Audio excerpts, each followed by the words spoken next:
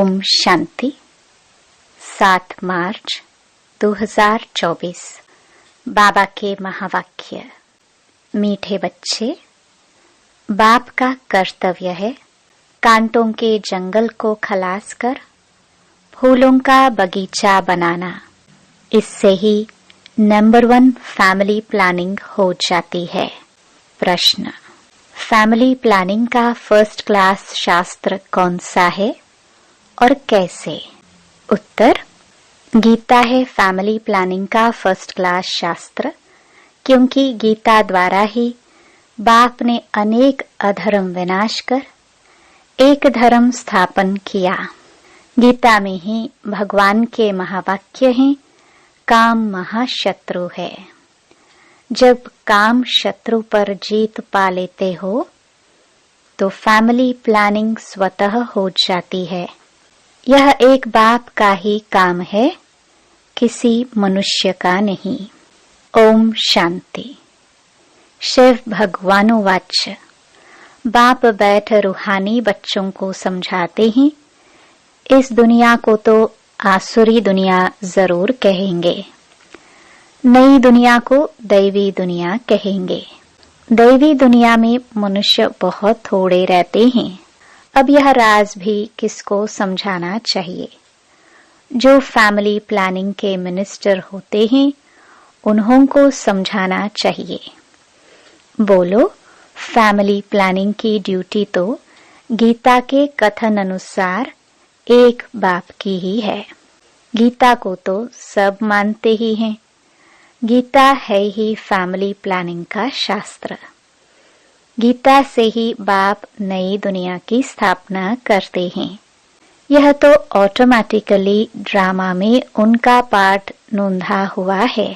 बाप ही आकर के आदि सनातन देवी देवता धर्म की स्थापना करते हैं अथवा प्योर नेशनैलिटी की स्थापना करते हैं। अपने को देवी देवता धर्म का ही कहेंगे।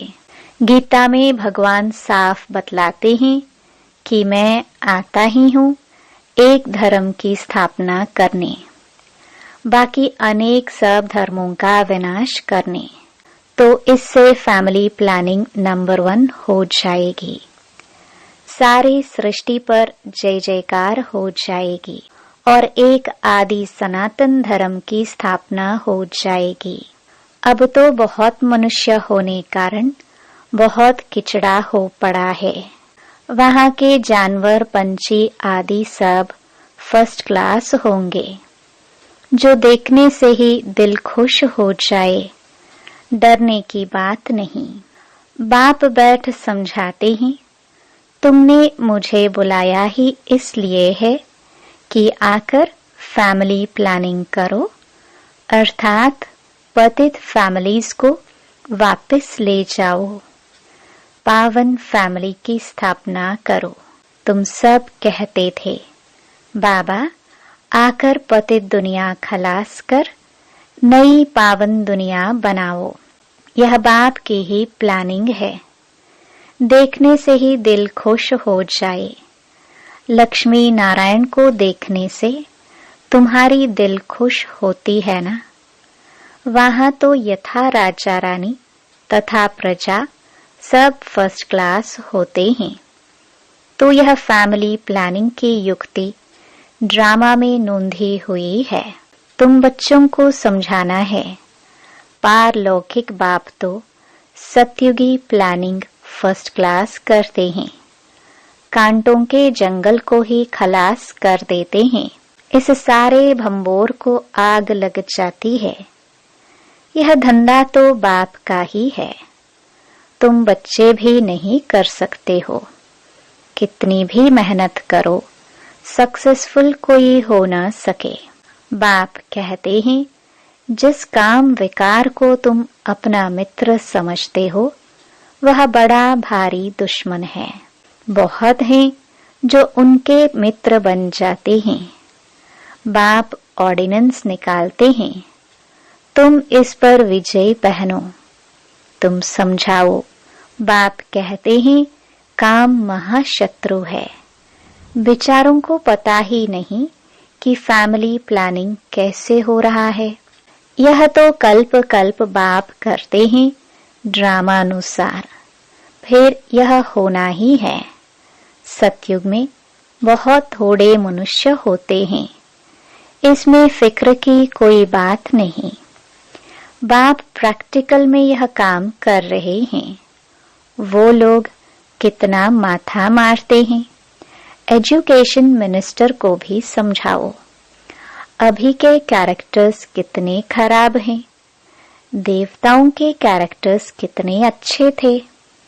तुम बेपरवाह होकर वाणी चलाओ, बोलो यह कोई तुम मिनिस्टर का काम नहीं है, यह तो ऊंच ते ऊंच बाप का काम है।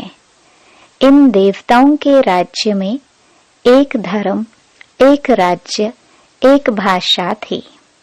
कितने थोड़े मनुष्य थे, परंतु ऐसी युक्ति से बोलना बहुत थोड़ों को आता है। वह रुहाब नहीं रहता है। उन्हों को यह लक्ष्मी नारायण का चित्र दिखाना चाहिए। यह फैमिली प्लानिंग बाप ने ही की थी, अब फिर कर रहे हैं। इनके राज्य की स्थापना हो रही है। बाबा ने कहा है यह लक्ष्मी नारायण का चित्र हमेशा फ्रंट में रखो और बत्तियां आदि खूब लगाओ। प्रभात फेरी में यह ट्रांसलाइट का चित्र हो जो एकदम क्लियर कोई भी देख सके। बोलो हम यह फैमिली प्लानिंग कर रहे हैं, यथा राजा रानी तथा प्रजा, डेटी डायनास्टी की स्थापना हो रही है। बाकी सब विनाश हो जाएंगे। तुम कहते भी हो कि हे पतित पावन आओ, हमको पावन बनाओ, सो तो बाप ही बना सकते हैं। एक देवी देवता धर्म ही पावन होता है, बाकी सब खत्म हो जाते हैं। बोलो शिव बाबा के हाथ में ही यह प्लानिंग है। सतयुग में यह प्लानिंग हो जाती है। वहां है ही देवता वंश, शूद्र होते नहीं। यह तो बड़ी फर्स्ट क्लास प्लानिंग है। बाकी सब धर्म खलास हो जाएंगे। इस बाप की प्लानिंग को आकर समझो। तुम्हारी यह बात सुनकर तुम पर बहुत कुर्बान जाएंगे। यह मिनिस्टर आदि निर्विकारी प्लानिंग बना कैसे सकेंगे? बाप जो ऊंच ते ऊंच भगवान है, वह आते ही हैं यह प्लानिंग करने। बाकी सब अनेक धर्मों को खलास कर देते हैं। यह बात है ही बेहद के बाप के हाथ में। पुरानी चीज को नया बना देते हैं। बाप नई दुनिया की स्थापना कर पुरानी का विनाश कर देते हैं। यह ड्रामा में नोंद है, समझाना चाहिए। बहनों और भाइयों, इस सृष्टि चक्र के आदि मध्य अंत को तुम नहीं जानते हो। बाप बतलाते हैं सतयुग आदि में न इतने मनुष्य होते हैं, न फैमिली प्लानिंग आदि की बात ही करते हैं। पहले तुम सृष्टि के आदि मध्य अंत को आकर समझो। सदगति दाता बाप ही है। सदगति अर्थात सतयुगी मनुष्य। पहले पहले यह देवी देवता बहुत थोड़े थे। फर्स्ट क्लास धर्म था। बाप फूलों की फर्स्ट क्लास प्लानिंग बनाते हैं। काम तो महाशत्रु है। आजकल तो इनके पिछाड़ी प्राण भी दे देते हैं।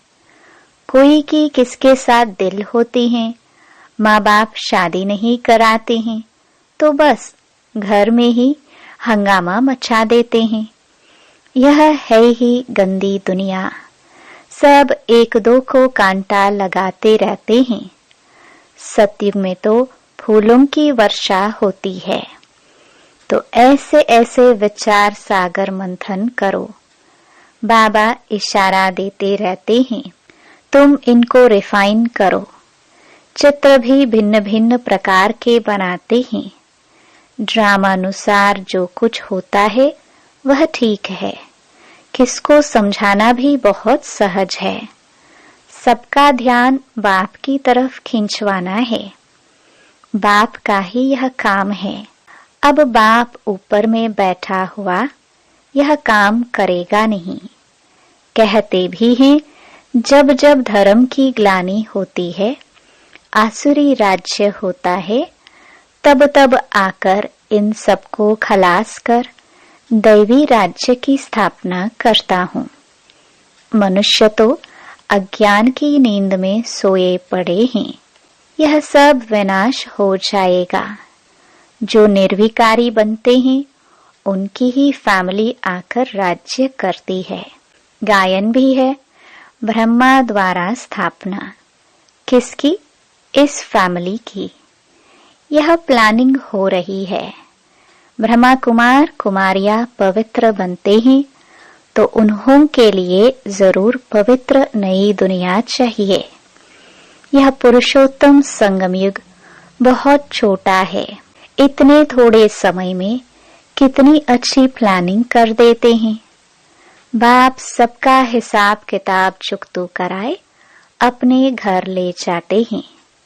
इतना सारा खिचड़ा वहां नहीं ले जाएंगे, छी आत्माएं जाना सके। इसलिए बाप आकर गुलगुल बनाकर ले जाते हैं। ऐसी ऐसी बातों पर विचार सागर मंथन करो। तुम रियलाइज करते रहते हो।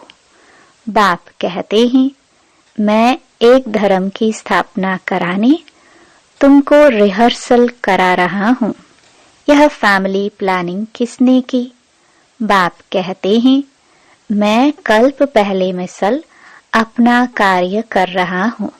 पुकारते ही हैं, पतित फैमिली से बदलकर पावन फैमिली स्थापन करो। इस समय है पतित। शादियां पर लाखों खर्चा करते हैं, कितना शाद माना करते हैं और ही पावन से बदल पतित बन जाते हैं। तुम बच्चों को अब यही ईश्वरीय धंधा करना चाहिए। सबको समझाना चाहिए। सब आसुरी नींद में सोए पड़े हैं, उनको जगाना चाहिए। गोरा बनकर औरों को भी बनाए तो बाप का प्यार भी जाए। सर्विस ही नहीं करेंगे तो मिलेगा क्या? कोई बादशाह बनते हैं तो जरूर कोई अच्छे कर्म किए हैं। यह तो कोई भी समझ सकते हैं। यह राजा रानी है, हम दास दासियां हैं, तो जरूर आगे जन्म में कर्म ऐसे किए हैं।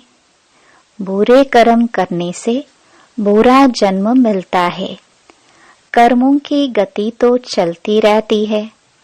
अब बाप तुमको अच्छे कर्म करना सिखलाते हैं। वहां भी ऐसे जरूर समझेंगे कि अगले जन्म के कर्मों के अनुसार ऐसे बने हैं। बाकी क्या कर्म किए हैं वह नहीं जानेंगे। कर्म गाए जाते हैं। जितना जो अच्छा कर्म करते हैं वह ऊंच पद पाते हैं। ऊंच कर्मों से ही ऊंच बनते हैं। अच्छे कर्म नहीं करते हैं तो झाड़ू लगाते हैं, भरी ढोते हैं। कर्म का फल तो कहेंगे ना। कर्मों की थ्योरी चलती है। श्रीमत से अच्छे कर्म होते हैं। कहाँ बादशाह, कहाँ दास दासियां। बाप कहते हैं, अब फॉलो फादर। मेरी श्रीमत पर चलेंगे तो ऊंच पद पाएंगे। बाप साक्षात्कार भी कराते हैं।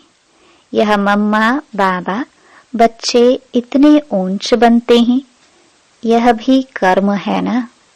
बहुत बच्चियां कर्मों को समझती नहीं है। पिछाड़ी में साक्षात्कार सबको होगा। अच्छी तरह पढ़ेंगे लिखेंगे तो नवाब बनेंगे। रुलेंगे पिलेंगे तो होंगे खराब। यह तो उस पढ़ाई में भी होता है। भगवानुवाच, इस समय सारी दुनिया काम चिता पर जल मरी है। कहते हैं स्त्री को देखने से अवस्था बिगड़ती है। वहां तो ऐसे अवस्था नहीं बिगड़ेगी। बाप कहते हैं नाम रूप देखो ही नहीं, तुम भाई भाई को देखो। बड़ी मंजिल है, विश्व का मालिक बनना है, कभी किसकी बुद्धि में नहीं होगा। यह लक्ष्मी नारायण विश्व के मालिक कैसे बने? बाप कहते हैं मैं तुमको स्वर्ग का मालिक बनाता हूँ। यह लक्ष्मी नारायण सर्वगुण संपन्न थे। आजकल जिनका तुम नया ब्लड समझते हो, वह क्या करते रहते हैं? क्या गांधी जी यह सिखाकर गए? राम राज्य बनाने की भी युक्ति चाहिए। यह तो बाप का ही काम है। बाप तो एवर पावन है। तुम फिर 21 जन्म पावन रह, फिर 63 जन्म पतित बन जाते हो। समझाने में इतना मस्त बनना चाहिए। बाप बच्चों को समझाते रहते हैं, बच्चे पावन बनो। अच्छा, मीठे मीठे सिखिलदे बच्चों प्रति माता पिता बाप दादा का याद प्यार और गुड मॉर्निंग। रूहानी बाप की रूहानी बच्चों को नमस्ते।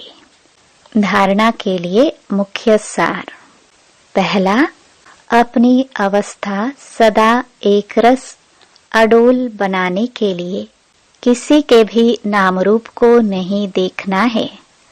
भाई भाई को देखो, दृष्टि को पावन बनाओ, समझाने में रुहाब धारण करो।